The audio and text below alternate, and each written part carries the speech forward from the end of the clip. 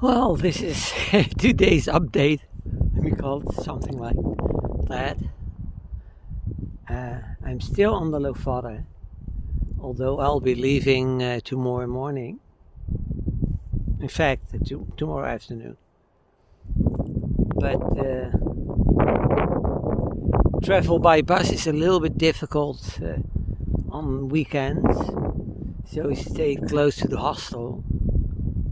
And a little walk just around the corner. It's quiet. There's a little wind. It's a little bit cold, but not too bad. The sun is just peeking through there, but I think that's the most we'll get today. So a little more views